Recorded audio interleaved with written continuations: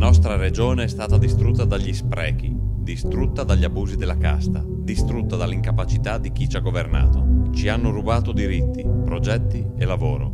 I cittadini sono arrabbiati con le istituzioni, ma una forza in regione si è battuta contro tutto questo, con onestà e competenza. L'Italia dei Valori in questi 5 anni ha difeso i cittadini. Abbiamo proposto un assegno minimo di protezione sociale. Abbiamo fermato il nucleare e la privatizzazione dell'acqua pubblica. Ci siamo battuti per una sanità vicina ai cittadini, contro gli sprechi e i tagli ingiustificati. Ci siamo battuti contro le speculazioni a danno dell'ambiente, contro i privilegi della casta, i vitalizi. Siamo stati gli unici a rifiutare il bonus consiglieri, a non essere coinvolti nelle inchieste giudiziarie sullo scandalo dei rimborsi. Abbiamo promosso l'abolizione delle province.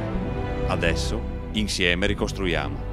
I nostri mattoni sono l'onestà, i diritti, la scuola, la ricerca, la salute, il welfare, la casa, il lavoro, l'ambiente, la cultura.